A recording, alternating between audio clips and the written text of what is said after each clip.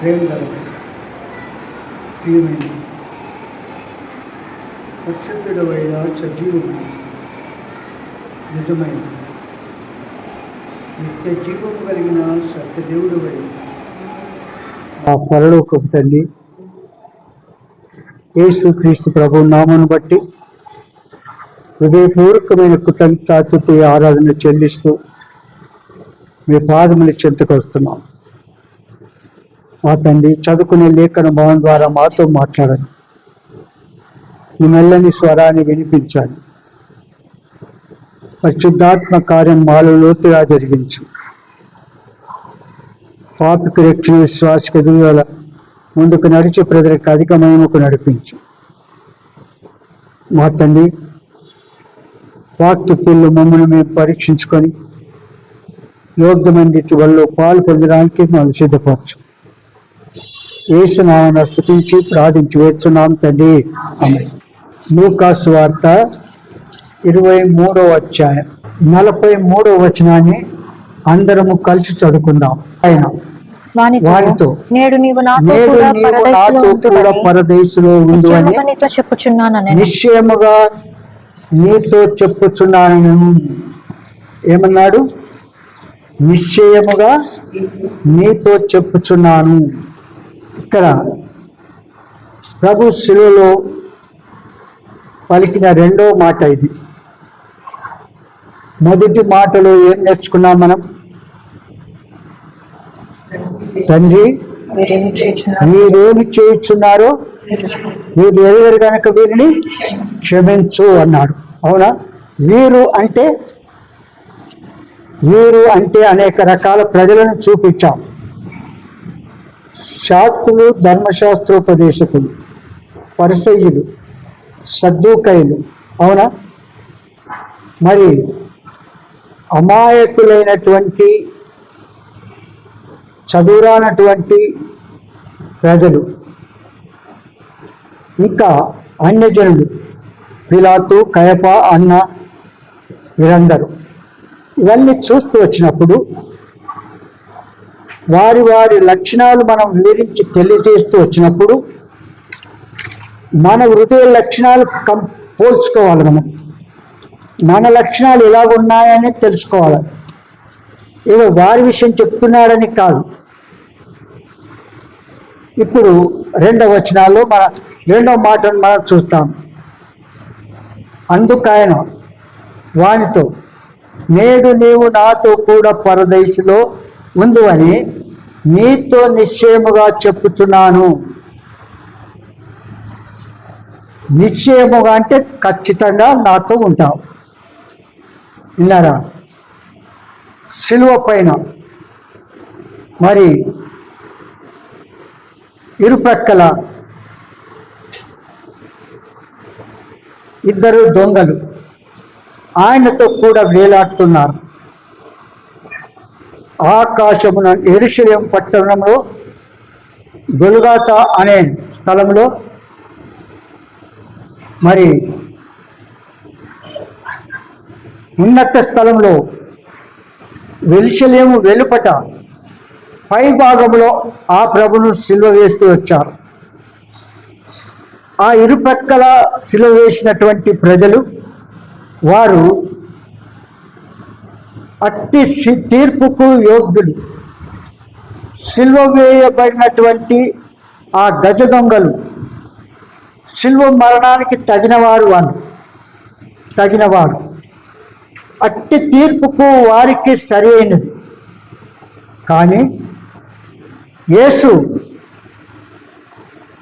అన్యాయపు తీర్పు పొంది కొనిపోబడి మరేం చేపట్టాడు? ఆ ప్రభు సిలువ వేయబడినట్టుగా మనం చూస్తాం. యెషయా గ్రంథము 53వ అధ్యాయం 8వ వచనం. అన్యాయపు తీర్పు నొందిన వాడై అతడు కొనిపోబడెను. చూడండి, ఆ ప్రభు ఏం చేపట్టాడు? అన్యాయపు తీర్పు నొందిన వాడై అతడు కొనిపోబడెను. అతడు నా జనుల అతిక్రమమును బట్టి మొత్తబడెను కదా. నా జనుల అతిక్రమమును బట్టి మొత్తబడెను. సజీవుల భూమిలో నుండి అతడు కొట్టివేయబడెను. ఆ, అయినను అతని తరము వారిలో ఈ సంగతి ఆలోచించిన వారెవరు? ఆ, అతడు మరణమైనప్పుడు ఆ. భక్తిహీనులతో అతనికి సమాధి నియమింపబడెను. ఏం చేయబడ్డాడు? భక్తిహీనులతో సమాన్వయించబడ్డాడు. ధనవంతుని యొద్ద అతడు చూడండి, ఆయన తృణీకరింపబడిన వాడిగాను, మనుషుల వలన విసర్జింపబడిన వాడిగాను, వ్యసనక్రాంతుడుగాను, అతిక్రమము చేసిన వారిలో ఎంచబడిన వారిగాను,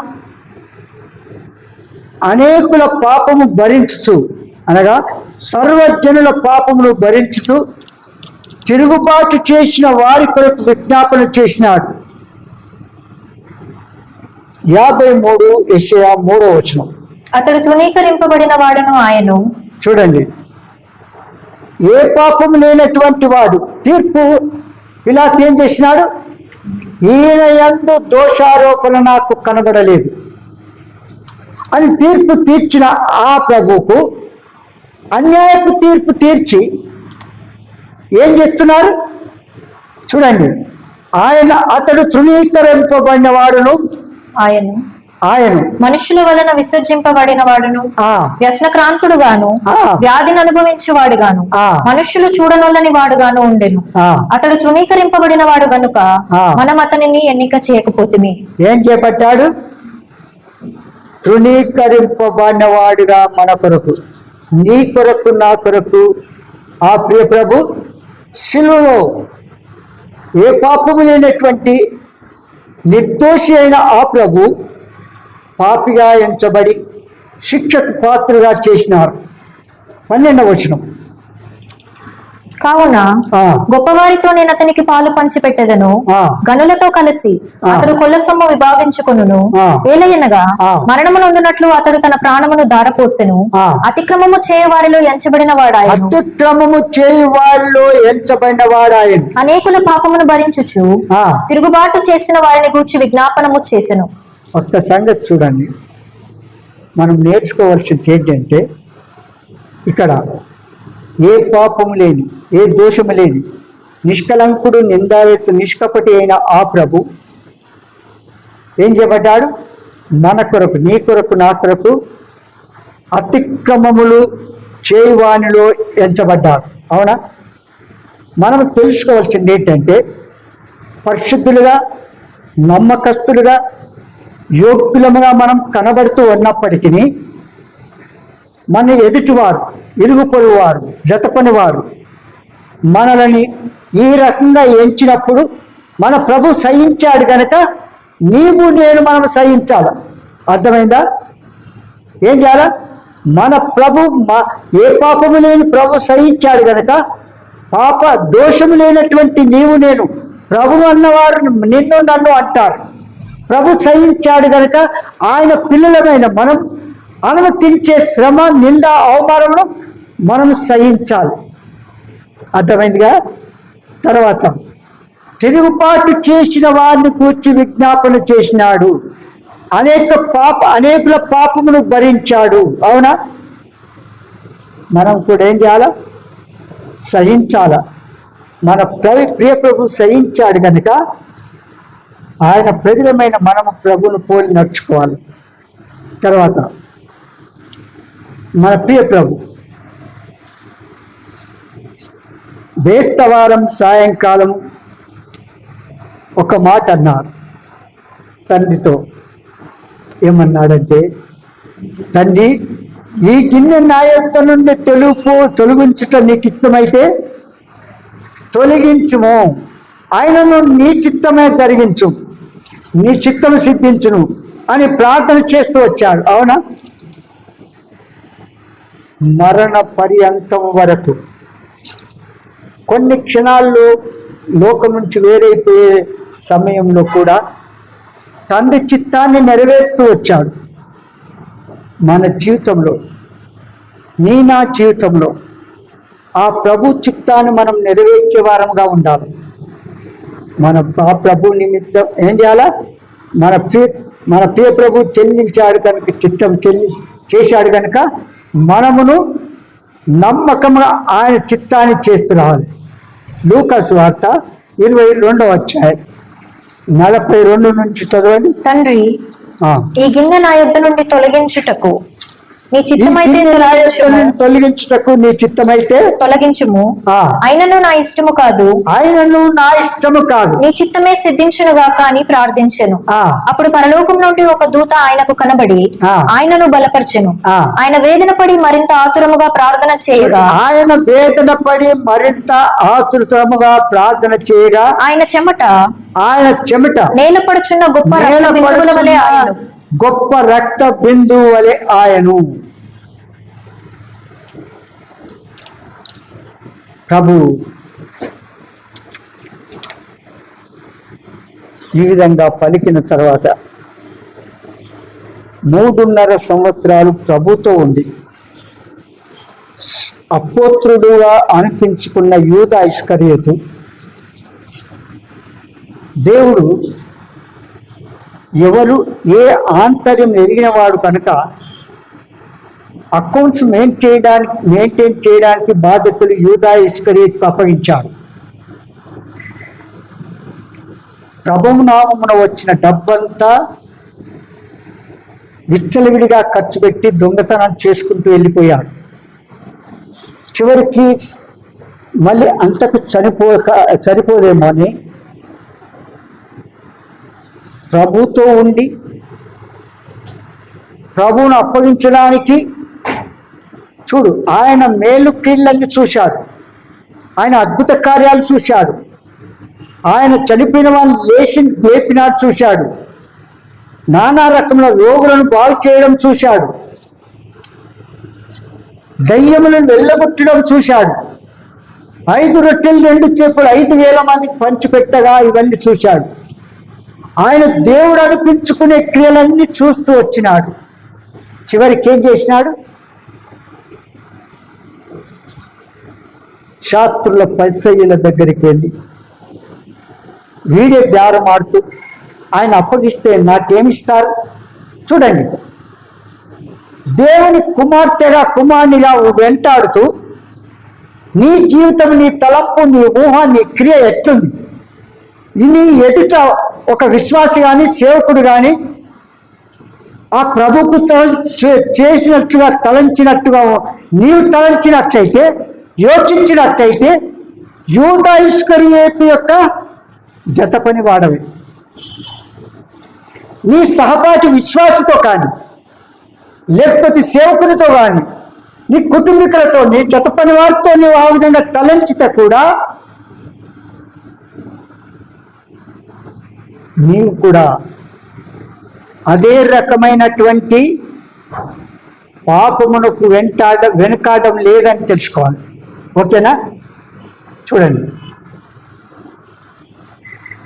30 వెండి నాణాలు తీసుకున్నాడు. తీసుకున్న వ్యక్తి గుర్తులు చెప్పినాడు. ఏం గుర్తులు? ఏమన్నాడు? నేను ఎవరినైతే ముద్దు పెట్టుకుంటానో వాడిని. ముద్దులు అంటే చాలా ఉన్నాయి, చాలా రకములైన ముద్దులు ఉన్నాయి. నొసటి పైన ముద్దు పెట్టుకుంటే ఇక ఇంతే సంగతులు, నీకు నాకు ఇంకా సంబంధము లేదు అని ముసటి పైన ముద్దు పెట్టుకునే అర్థమిస్తుంది.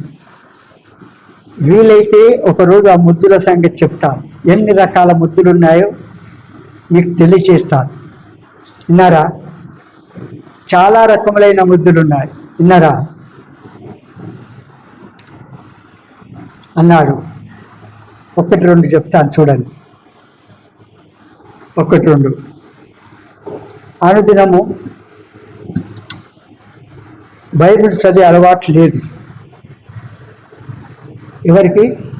కొందరు క్రైస్తవులే, దేవుని నమ్ముకున్నామని చెప్పుకున్న వారే అనుదినం బైబిల్ వాళ్ళకు చదివే అలవాటు లేదు. ఒకసారి ఏమైందంటే, కొద్దిసేపు ఒక వాక్యం చదువుకొని వెళ్ళిపోదాం అనుకొని ఏం చేసింది, ఎట్లా చదవాలన్న బైబిల్ తెలియగానే ఈ బైబిల్ అంతా మూసేసి కళ్ళు మూసి ఒక వాక్యం మీద పెట్టాడు. పెట్టగానే అన్నాడు, ప్రభు అన్నాడు, ఉరి వేసుకో అన్నాడు. అబ్బో, మంచి వాక్యం రాలేదు. ఉరేసుకొని అంటున్నాడా, అయ్యో చిచి ఇది మంచి లేదు. మళ్ళొకసారి కళ్ళు మూసుకొని ప్రార్థన చేసి మళ్ళా చేయవచ్చి ఒక వాక్యం చదివింది. చదవగానే మరలా చెప్పేదని ఊరు వేసుకున్నాడు. అమ్మో ఏంద్రు నేను మళ్ళీ మళ్ళీ అంటున్నాడు అదే మాట, ఎందుకు అంటున్నాడు ఈ మాట అనుకున్నాడు. మూడోసారి ప్రార్థన చేసినాడు, చేసి మళ్ళా చేయబెట్టినాడు. మళ్ళీ చేయబెట్టి ఈ విధంగా అనగానే త్వరగా చేసుకో, అమ్మో ఏం చేయాలి, త్వరగా ఊరేసుకోండి అమ్ము. కనుక ఎన్ని రకాలైనటువంటి ముద్దులు చాలా ఉన్నాయి. ఉరి వేసేటి ఉరి వేయని కూడా విన్నారా. చాలా సంగతులు మీకు ఒకసారి తెలియచేస్తాను. ముద్దు పెట్టి ఇక్కడ ఏం చేసినాడు, ఆయన అప్పగించి ఏ దోషము లేనటువంటి ఆ ప్రభువును ఏం చేసినారు, ఆయన మీద ఉమ్మి వేసినారు. వేసిందా, ఆయన ఉమ్ము వేసినారు. కాలు చేతులు మేకులతో కొట్టివేశారు. తలపైన ముండ్ల కిరీటం పెట్టారు. వాడు వీడు అని సంప్రదించాడు. ఈరోజు నిన్ను కూడా అంటారు ఏమని, ఏమే అంటే మీ భాష, ఆడవాళ్ళ భాష వాడు వీడంటే మగవాళ్ళ భాష. ఆడవాళ్ళ భాష మాట్లాడితే ప్రభు పిల్లలముగా మనలను ఏ రకమైన మాటలు అయ్యో మీరు దేవుని పిల్లలు అనుకున్నా వీటితో మాట్లాడతారా అని అనే సందర్భం కూడా వస్తుంది. ఒకటి అర్థమైందా? ఒకసారి నేను చూశాను, ఇది అనుభవించాను. నేను దేవుని పిల్లలు అనబడిన వారే నన్ను ఆ విధంగా చూపించారు. ప్రభు కొరకు విన్నారా, ప్రభు థ్యాంక్స్ చెప్పినాను. ఏం చెప్పాను, ప్రభు సహించాడు కనుక నేను సహించాలి అన్నాడు. చూడండి, ఆయన ముఖం మీద చెమట రక్తం కారుతూ ముళ్ళ కింద పెట్టినారు కనుక అదేమైంది, అతనికి ఆ రక్తము చెమట కావడం ద్వారా ఏమైంది, 10,000 మందిలో గుర్తించకు యోగ్యుడైన ఇప్పుడు ఎలాంటి వాడైపోయాడు, వికారరు స్వరూపమైన సొగసైన లేనివాడిగా చేయబడ్డా. ఎవరి కొరకు, నీ కొరకు నా కొరకు, నీ కొరకు నా కొరకు. యెషయా 53:2 లేత మొక్క వలెను ఎండిన భూమిలో మొలిచిన మొక్క వలెను అతడు ఆయన ఎదుట పెరిగెను. చూడండి ఏం చేసినాడు, ఎంత మంచి అబ్బా. ఈ మాటలు చూస్తూ ఉంటే 3:2 కలిసినాయి. తెలియజేసిన సమాచారం ఎవడు నమ్మను, యెహోవా బావు ఎవరికి బయలుపరచబడను. లేత మొక్క వలె ఎండిన భూమిలో మొలచిన మొక్క వలెను అతడు ఆయన ఎదుట పెరిగెను. అతనికి స్వరూపమైన సొగసైన లేదు. మనం అతన్ని చూచి ఆపేక్షించున్నట్లుగా అతని యందు స్వరూపము లేదు. ఎలాంటి వాడైపోయాడు, నీ కొరకు నా కొరకు స్వరూపము లేనివాడుగా. ఆయన సిలువ వేయినప్పుడు ద్రోహులు, అంతకులు, విప్లవకారులు మరి బరబ్బాను స్నేహితులుగా ఏర్పాటు చేసుకున్న రోమా ప్రభుత్వ సైనికులు ప్రత్యేక రాజస్థానం పాటు చరిత్ర చెప్తున్నటువంటి మాటలకు విరుద్ధంగా వారితో పాటు ఇద్దరు దొంగలు కూడా ఇరుపక్కల ఇద్దరు దొంగలు కూడా సంభాషించుకుంటూ వచ్చారు. సంభాషించుకుంటూ వచ్చినప్పుడు ఆ ప్రియ ప్రభు చివరిగా ఒక్క మాట అన్నాడు. ఆయన శిలువకు అప్పగించిన వారు, నేరం వేసిన వారు, ధృవీకరించిన వారు, చంపిన వారు, ఉమ్మివేసిన వారు అందరినీ సర్వజనులను దృష్టిలో ఉంచుకొని, తండ్రి వీరేం చేస్తున్నారో వీరు ఎరుగరు గనుక వీరిని క్షమించు అని ప్రభు ఎప్పుడైతే ఆ మాట పలికినాడో, శిలువలో ఉన్నటువంటి కుడివైపున ఉన్నటువంటి దొంగలో పరిశుద్ధాత్మ కార్యం వెంటనే జరిగి ఆ దొంగ ఏం చేసినాడు? మనమిద్దరమైతే నేరారోపణకు తగిన వారం, విప్లవ కారణం, గజ దొంగలం. ఈ ప్రభు అయితే ఏ నేరం చేయలేదే, అన్యాయపు తీర్పుతో ఆయన తీర్చినాడే అని మాట్లాడి, ప్రభువా నన్ను జ్ఞాపకం చేసుకునే నీ రాజ్యంలోనికి వెళ్ళినట్లయితే నన్ను చేర్చుకో. ఒక్క మాట అన్నాడా? ఏమన్నాడు చెప్పండి? ఏమన్నాడు? నరహంతకుడు విజ్ఞాపన ఒక దొంగ హృదయం చేసింది. మూడో మొదలు ఆ కొండలో పశ్చాత్తాపనే క్రీస్తు కృప కొరకు ప్రార్థించాడా? తండ్రి ఏమంటాడు? ప్రార్థన కార్యం లోతుగా జరిగించిన వెంటనే ఆయన దేవుడని, రక్షకుడని, ప్రభు అని, సృష్టికర్త అని, ఏ నేరారోపణ లేనివాడని గ్రహించి నీవు నాతో కూడా ఆ ప్రభా నన్ను జ్ఞాపకం చేసుకో, నువ్వు నీ రాజ్యంలోనికి వచ్చినప్పుడు నన్ను జ్ఞాపకం చేసుకో. ఒక్క మాట. ఏ పోపుల దగ్గర కానీ, బిషప్ల దగ్గర కానీ, పెద్ద పెద్ద సేవకుల దగ్గర కానీ ప్రార్థన చేయమని కోరినాడా? మోకాళ్ళ మీద ఉండి పాప క్షమాపణ కొరకు ప్రార్థించాడా? ఒక్క క్షణంలో.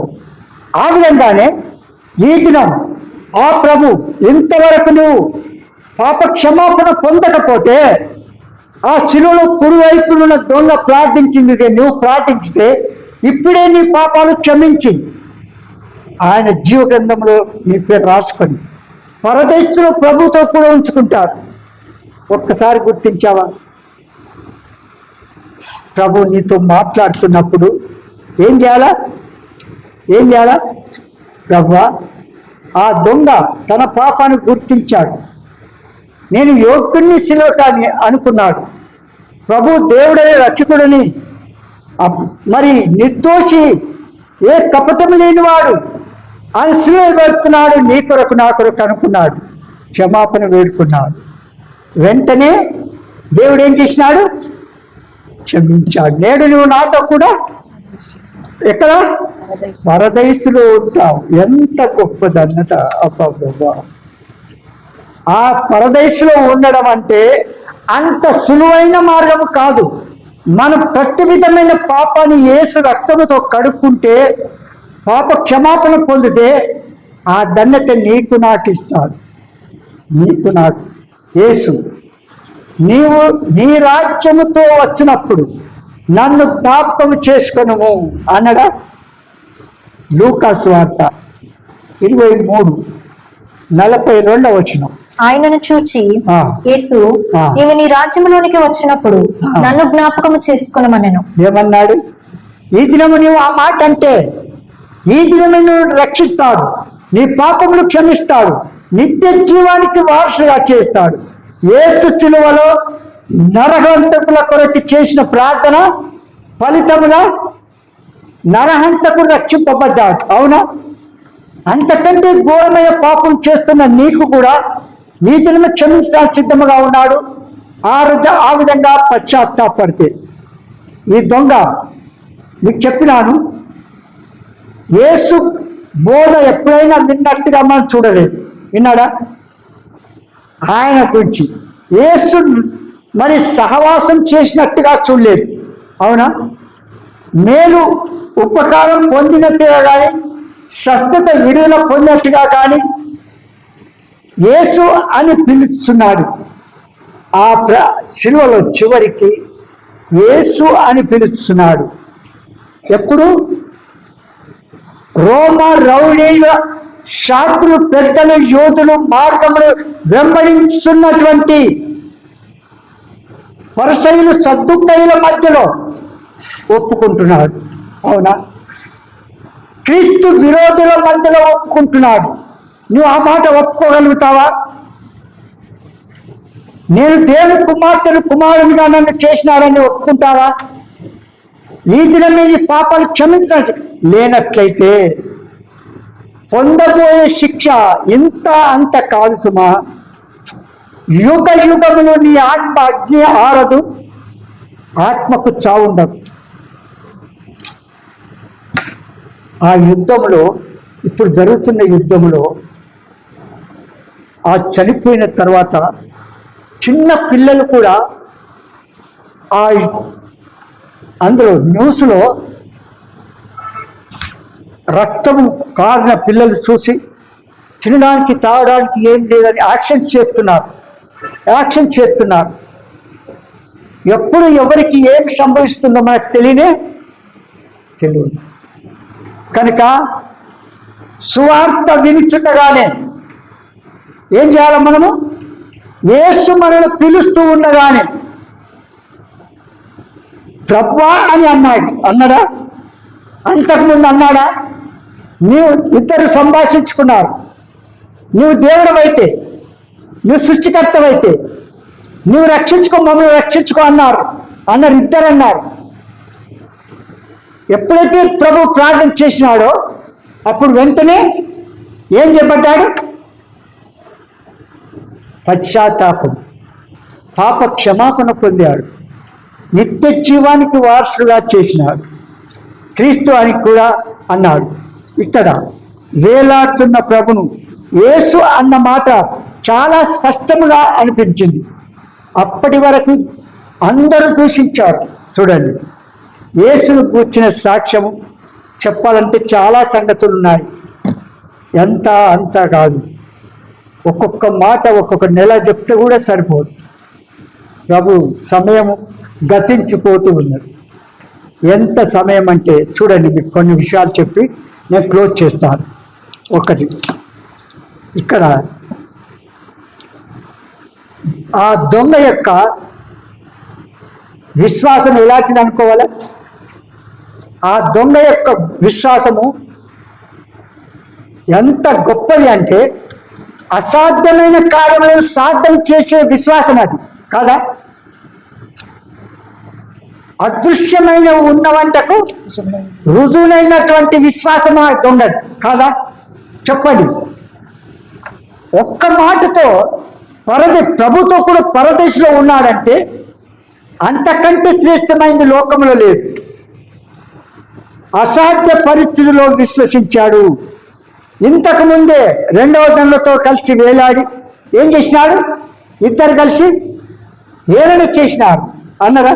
చూడండి, మార్క్స్ వార్త 15వ అధ్యాయం, మార్క్స్ వార్త 15:32 చదవండి. ఇశ్రాయేలు రాజుకు క్రీస్తు. చూడండి, అందరు చదవండి. ఇశ్రాయేలు రాజుకు క్రీస్తు ఇప్పుడు సిలువ మీద దిగి రావచ్చును. ఇప్పుడు సిలువ మీద నుండి దిగి రావచ్చును. అప్పుడు మనము చూచి నమ్ముదామని ఒకరితో చెప్పుకున్నారు. ఆయనతో కూడా సిలువ వేయబడిన వారును ఆయన దేవుడైతే, నువ్వు సృష్టికర్తవైతే, నువ్వు ప్రభువు అయితే, ఏ పాపం మీరు చేయలేని వాడవైతే ఏమన్నారు? ఇద్దరు. అప్పుడే ఇద్దరు అన్నారా? నా మాట కాదు, దేవుని మాట. మళ్ళీ నా మాట. మార్కు సువార్త 15:32. ఇశ్రాయేలు రాజు క్రీస్తు ఇప్పుడు సిలువ మీద నుండి దిగి రావచ్చు. అప్పుడు మనము చూచి నమ్ముదామని ఒకరితో ఒకరు చెప్పుకొనిది. ఆయనతో కూడా సిలువ వేయబడిన వారు ఆయనను నిందించిరి. ప్రభువా, ఈ మాట చెప్తూ ఉంటే ఒక వ్యక్తి నాకు గుర్తొస్తూ ఉన్నాడు. దేవుని సువార్త చెప్తూ ఉంటే నోరారా దేవుడు స్పష్టంగా మాట్లాడాడు ఆ కుటుంబంతో. మాట్లాడినప్పటికీ ఒక్క వ్యక్తి రక్షింపబడ్డాడు. వారిని బట్టి ఆ కుటుంబంలో అందరికీ సువార్త చెప్పాను. ఈ మధ్యలో ఒక్కసారి వెళ్ళి ప్రార్థన చేసి వద్దామని వెళితే అందరికి సువార్త అందించినటువంటి వారు అందరూ ఆ పేషెంట్కు దగ్గరలో వచ్చినారు. మొన్న పోయినప్పుడు దూరం పోయి కూర్చుంటున్నారు. ఎక్కడ? అదే పేషెంట్ దగ్గర కొన్ని మాటలు చెప్తే చెప్తాను అనుకున్నారేమో, అవి వినకుండా ఉండాలని అక్కడ మీరు కూర్చున్నంత దూరం పోయి కూర్చుంటుంది వ్యక్తి. సజీవమైన నిజమైన దేవుడు అని చెప్తే కూడా ఈనాడు యాక్షన్ ఎట్టుంది? మనం ఏం చేయలేము అలాంటి వారితో. ఏమంటారు? ఎవరికి ఫలితం వారు అనుభవిస్తారు. విన్నారా? ఇప్పుడు దొంగ ఎట్లు మాట్లాడినాడు చూడు. ఏలన చేసినారు, నిందించారు. అయితే ఇతడు ధైర్యంతో వారి మధ్య ఒప్పుకున్నాడు. ఎవరి మధ్య? క్రీస్తు విరోధుల మధ్యలో ఒప్పుకున్నాడా? చూడండి, అతని ఒప్పుదల క్రీస్తు యేసు ఈ జీవితంలో కూర్చే కాదు, భవిష్యత్తున క్రీస్తు రారాజుగా వచ్చునని ఒప్పుకున్నాడు. లేదా నీ రాజ్యంలో నన్ను జ్ఞాపకం చేసుకో అన్నాడు. ఆయన నిజమైన సజీవమైన నిత్య జీవన సత్యదేవుడు. మనతో మాట్లాడే దేవుడు నిజమైన వాడా? మాట్లాడిన దేవుడు నిజమైన వాడా? చెప్పండి చూద్దాం. మనుషులు చేసిన వాడు దేవుడా, లేకపోతే దేవుడు మనల్ని చేస్తాడా? చెప్పండి. ఎవరు చేస్తారు? ఎవరు చేస్తారు? మాట్లాడే దేవుడు నిజమైన వాడు కదా. మనతో స్పష్టంగా మాట్లాడుతున్న దేవుడు నిజమైన వాడు. ఈ యూదా యాజకుల దగ్గరకు ఒప్పుకొని నశించాడు. ఏమంటారు? యాజకుల దగ్గర ఒప్పుకొని నశించాడు. అయితే చదవండి, మత్తయి 27 మొదటి 6 వచనాలు. ఉదయమైనప్పుడు ప్రధాన యాజకులను ప్రజల పెద్దలందరూ యేసును చంపింపవలనని ఆయనకు విరోధముగా ఆలోచన చేసి ఏం చేస్తున్నారు? యేసును చంపవలనని ఆలోచిస్తున్నారు. ఆయనను బంధించి తీసుకుని పోయి అధిపతి అయిన పొంతి పిలాతులకు అప్పగించిరి. అప్పుడు అప్పగించి ఆయనకు శిక్ష విధింపబడగా చూసి పశ్చాత్తాపడి ఆ 30 వెండి నాణెములు ప్రధాన యాజకుల యొద్దకును పెద్దల యొద్దకును మరలా తెచ్చి, నేను నిరపరాధ రక్తమును అప్పగించి పాపము చేసిదనని చెప్పెను. వారు దానితో మాకేమి, నీవే చూచుకునమని చెప్పగా అతడు ఆ వెండి నాణెములు దేవాలయంలో పారవేసి పోయి ఉరిపెట్టుకొనెను. ప్రధాన యాజకులు ఆ వెండి నాణెములు తీసుకుని, ఇవి రక్త ప్రయోజనము గనుక వీటిని కానుక పెట్టెలో వేయతగదని చెప్పుకొనిరి. చాలు. ఏం చేపట్టాడు చూడండి. 33.5 సంవత్సరాలు దేవునితో ఉన్నాడు.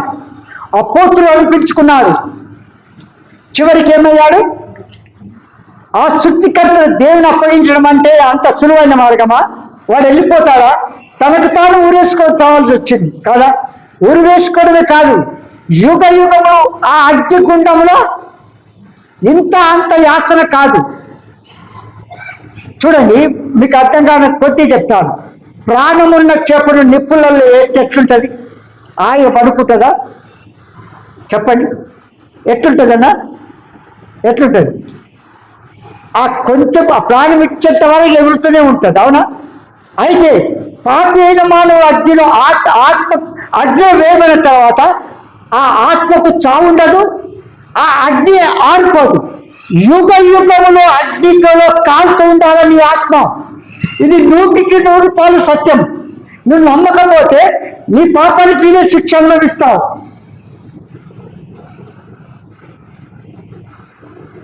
ప్రియ సహోదరి సహోదరుడా, మీరెవరైనా సరే ప్రభు నీతో మాట్లాడుతున్నప్పుడు శిలువలో కుడివైపున్న దొంగ ఉన్నటువంటి పశ్చాత్తాపం ఈనాడు నువ్వు కూడా కలిగి ఉంటే, ఈ దినమే నిన్ను పాపం క్షమించి పరదేశంలో ఆయన చేర్చుకున్న రీతిగా నిన్ను చేర్చుకుంటాడు. కనుక ఏం చేయకూడదు? మన జీవితంలో ఈ దొంగ మీకు చెప్పిన రీతిగా యాజకుల దగ్గరికి వెళ్ళి ప్రార్థన చేయమని అడగలేదు, పశ్చాత్తాపడలేదు. పోపుల దగ్గరికి వెళ్ళి ప్రార్థన చేయండి అనలేదు. దొంగ మోకరించి ఎప్పుడైనా ప్రార్థన చేసినాడా? మోకరించడం అంటే గుర్తులేదు మనకు. మోకాళ్ళ ప్రార్థన అంటే మోకాళ్ళు వంగం. మనం వయసు పిల్లలు కూడా మోకాళ్ళు వంగరు. చూడండి, ఆ ప్రభు రాళ్ల మధ్యలో పర్వతముల మీద వెళ్ళి, ఆయనకి ఏమైనా స్పంజ్ బెడ్లు ఉన్నాయా? ఎక్కడంటే అక్కడ మోకరించాడు, రాత్రంతా ప్రార్థన చేసినాడు. విన్నాడా? మనము వయసు పిల్లలము మనం మోకాలు ఉండడానికి నీవు భయపడుతున్నావు అంటే నీ ఆత్మశిక్ష ఎంత ఉంటుందో చూసుకో ఒక్కసారి. దేవుని భయం నీలో లేకపోతే దాని అంతం ఏముంటుంది తెలుసా? భూలోకంలో మనకు కొన్ని దినాలు మన అవసరం తీసుకుంటామేమో, లోకంలో మనం వేరైపోయిన తర్వాత ఏం జరుగుతుంది? భాషలతో మాట్లాడలేదు, రోమన్ క్యాథలిక్ మేరీ మాత దగ్గరికి వెళ్ళలేదు, స్వప్నములను దర్శనములను పొందలేదు. ఎవరు? దొంగ. సత్యవర్తనను సాధించలేదు, ప్రయత్నించలేదు. ప్రయత్నించాడా? తీతు గ్రంథం 3వ అధ్యాయం 5వ వచనం.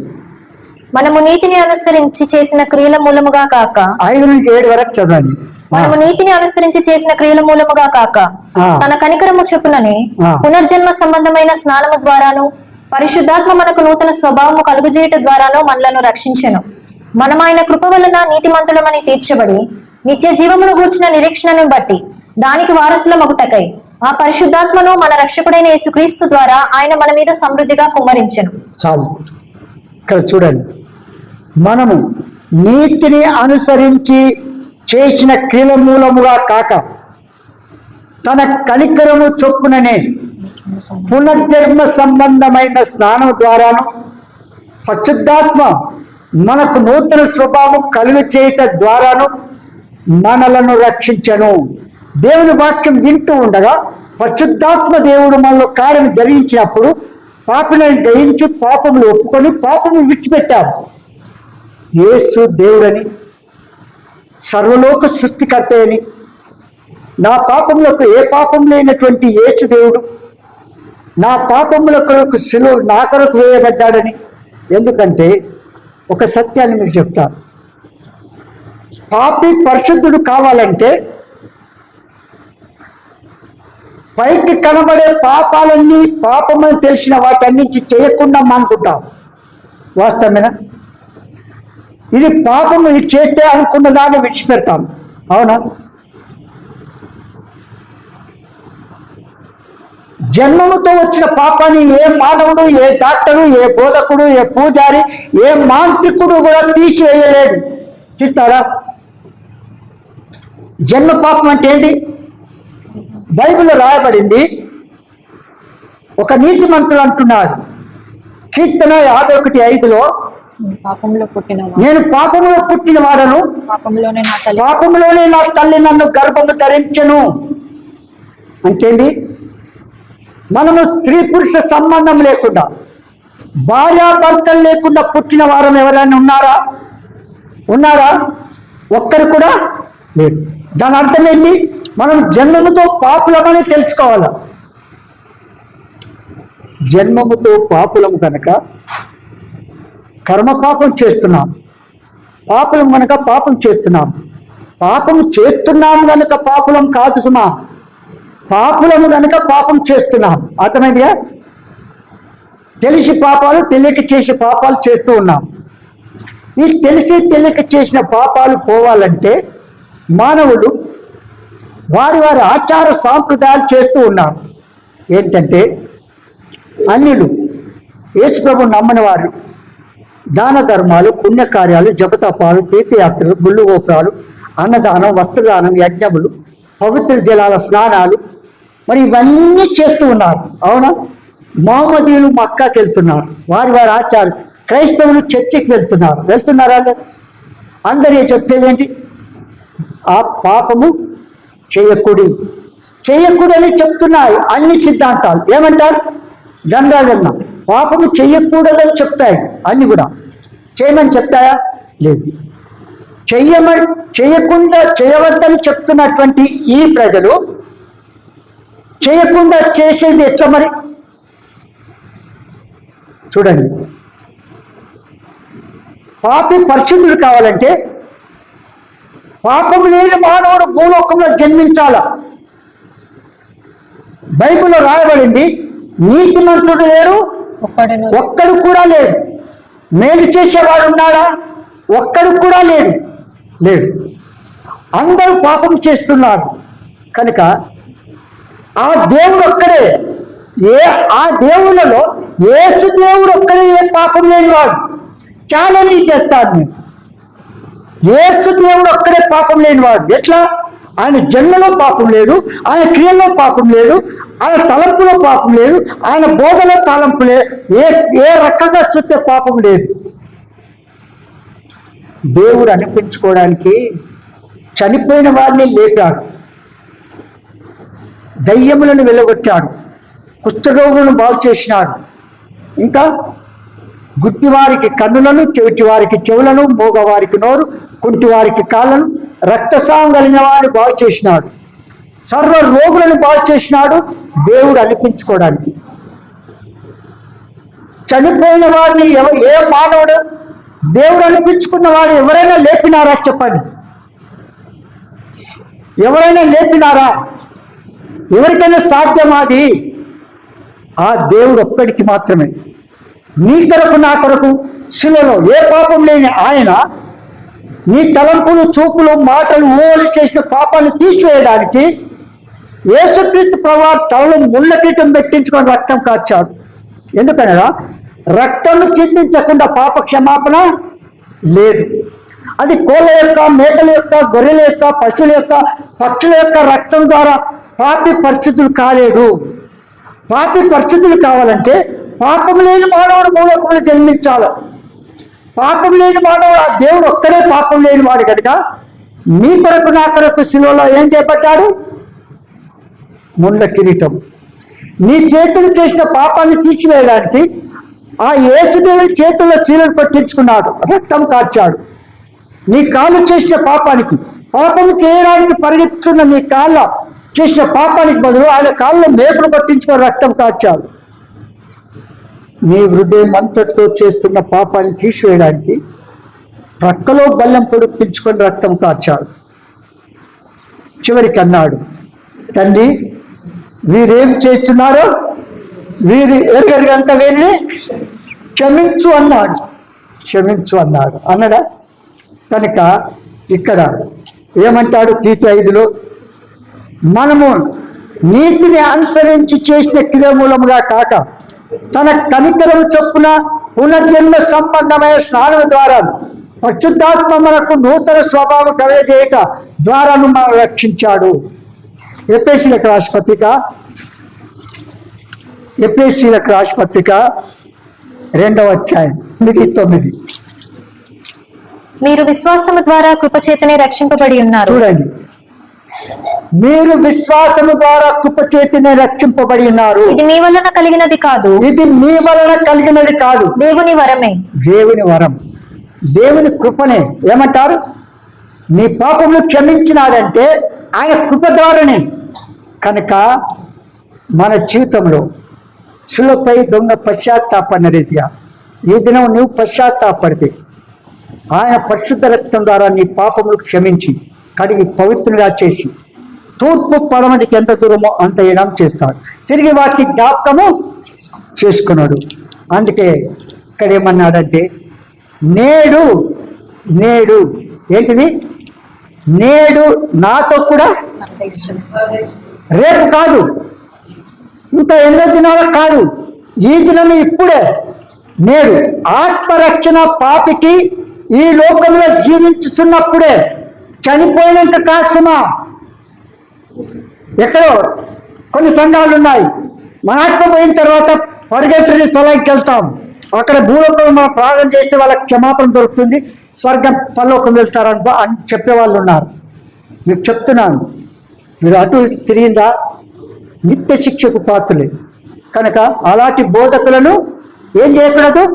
ఇక ఒక్కొక్క సంఘాలు కూడా చెప్పాలంటే మీకు చాలా ఉన్నది, ఈ సమయం కాదు. విన్నారా? ఆత్మరక్షణ ఎప్పుడు? నేడు. ఇదే క్షణం ఇప్పుడే, రేపు కాదు. రేపటి దినం మనది కాదు. రేపు ఏమి సంభవిస్తుందో నీకు తెలియదు. అవునా? నరుని ఆయువు గట్టి వలన ఉన్నది, అడవు పువ్వు పూడినట్టుగా వాడు ఏం చేయబడతాడు? 103 కీర్తనలు 15 చదవండి. నరుని ఆయువు గడ్డి వలెనున్నది. ఎట్టుందంట మన బ్రతికి ఎట్లుంది? ఎండ పడితే ఎండిపోతుంది, వర్షం వస్తే మొలుస్తుంది, చలి పెడితే వణుకుతుంది. అవునా?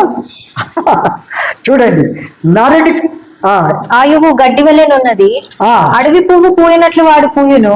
ఏం చేస్తాడంట? అడవి పువ్వు పూయినట్టుగా వాడి పూయును. దాని మీద గాలి వెచ్చగా అది లేక పువ్వు మీద గాలి సుడి గాలి వస్తే ఎట్లయితుంది? ఈ మధ్యలో ఇవి యుద్ధాలే కాదు, ఒక సుడిగాలి వచ్చింది. ఆ సుడిగాలిలో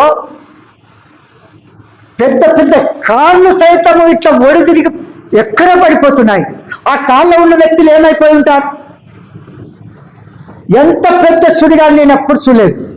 కార్లు కూడా వడగళ్ళు ఎన్నడూ కూడా చూడనటువంటి వడగళ్ళు. ఎంత అంటే అమ్మ ఒక్కదానికి వదలంటే అక్కడ అనిగిపోతాడు వాడు. అంత పెద్ద కాదు.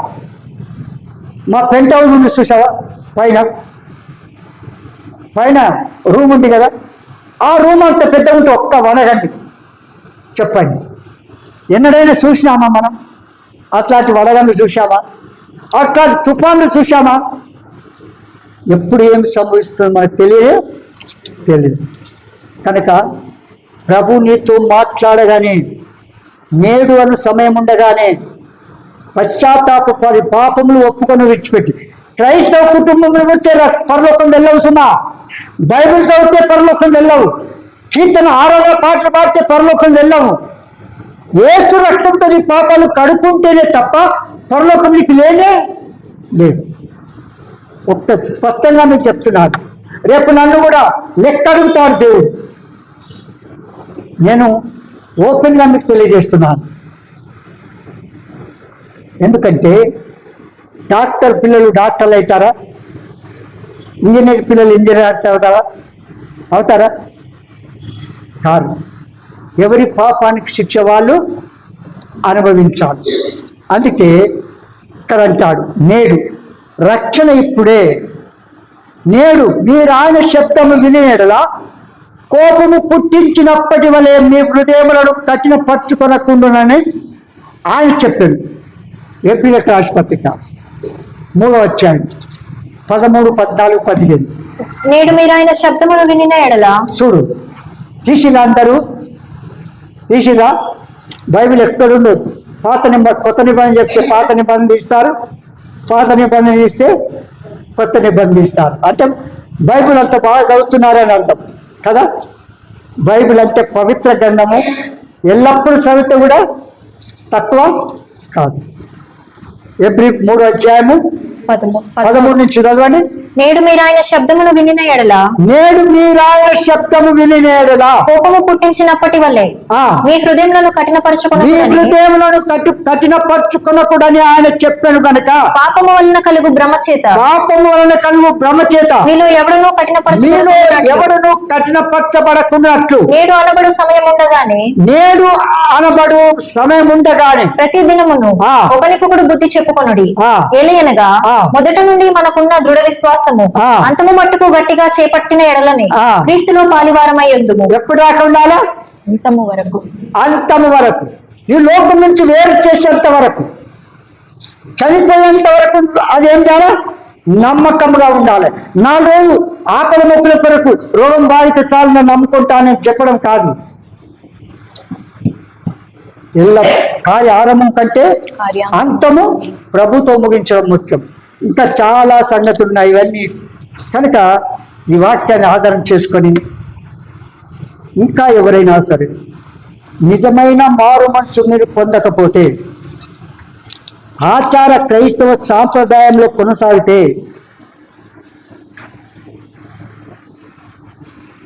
ప్రభు ప్రేమించి నీతో మాట్లాడుతూ వచ్చారు. ఆయన ప్రేమను మీరు గుర్తిస్తే, నేడు నీవు నాతో కూడా పరదేశంలో ఉంటావు అన్నాడు.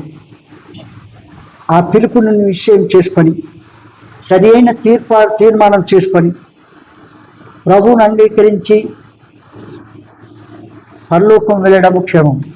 కనుక ప్రార్థన చేసుకుంటాం.